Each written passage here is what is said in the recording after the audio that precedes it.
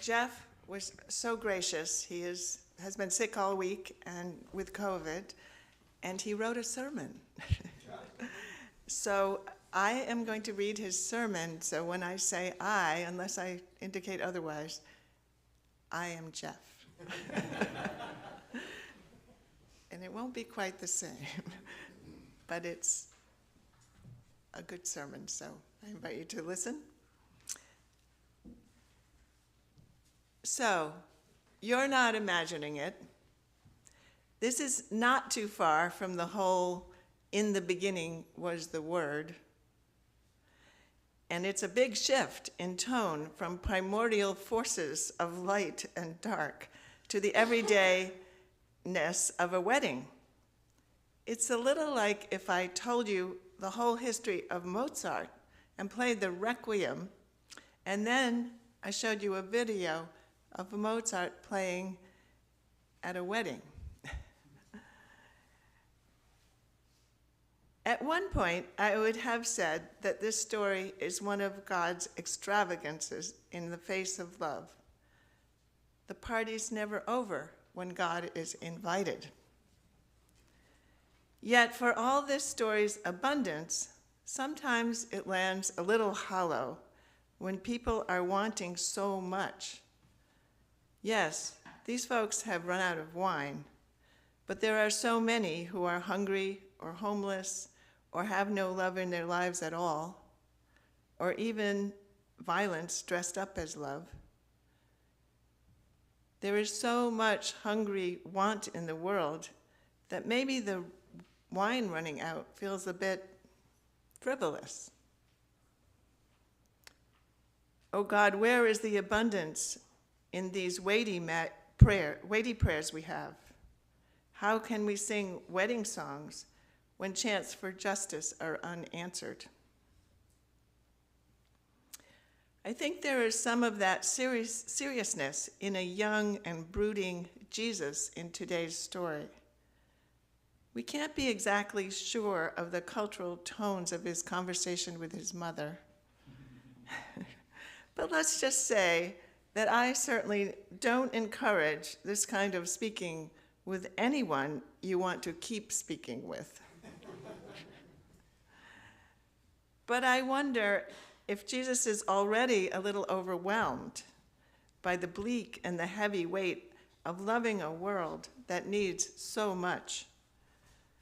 Sure, there's no wine left at the wedding, but Jesus may be thinking, I am in the world-saving business.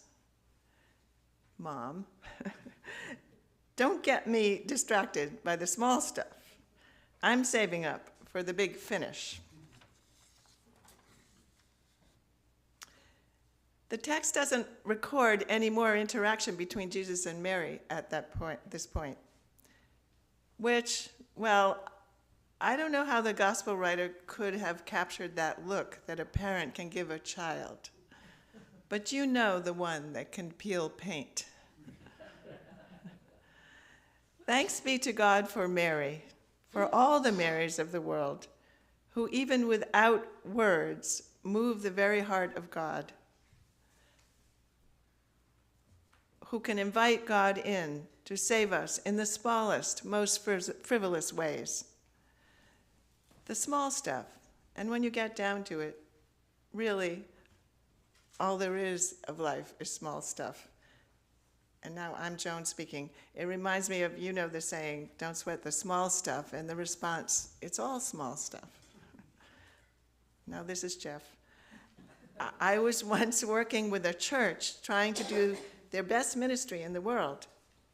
The strains and the needs in the world were all what they always are, not enough to meet every need.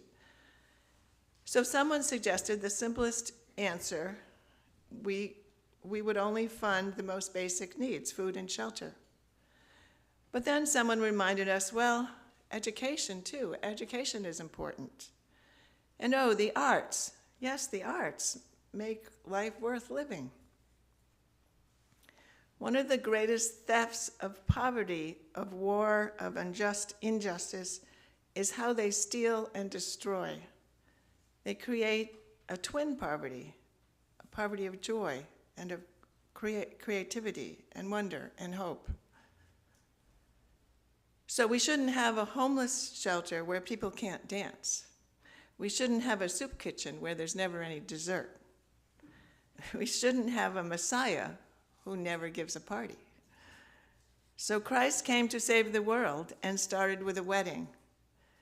There are much worse places I can think of. Where else could we be reminded of the weird miracle of human love, the absurd promises to love each other, with full knowledge of how imperfect we all are, and no knowledge of what we will have to face together? The vulnerability, the foolishness of loving each other, messy and half to death already. We're better to insist on the foolhardy and fun miracles, and not just bread and water.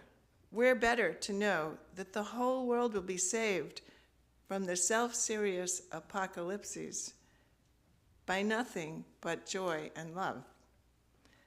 Love after love after love, flowing like a river that cannot be stopped. Amen. Amen.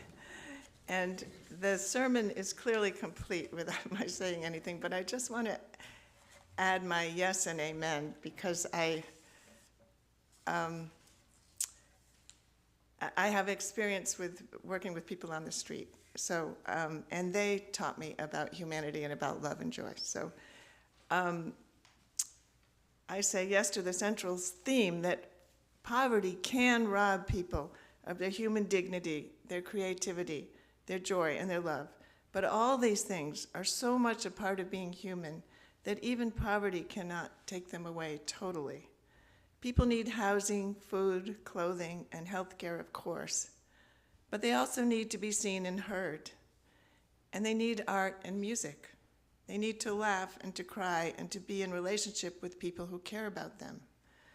This is the overwhelming message I learned from unhoused people on the streets of Boston and in Waltham, Massachusetts. I confess that I went into ministering with people living in poverty with the idea that they would be very serious and always focused on finding housing. They were sometimes, but our ministry provided a Friday afternoon movie, and picking the movie was a group discussion of much interest each week.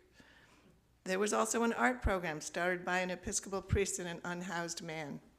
Materials were provided, and people created amazing arts and crafts. We used to take the art show on the road to churches. There was a writing group and a monthly publication, The Pilgrim, which featured writing by unhoused people. People on the street affirmed my own humanity, the recognition that the main thing I had to offer them was myself in relationship. Confirming Geoff's ending words, what a gift it is that we worship a God who is a river of unstoppable love, who cares deeply about every one of us and knows all that we need, big and small. Amen.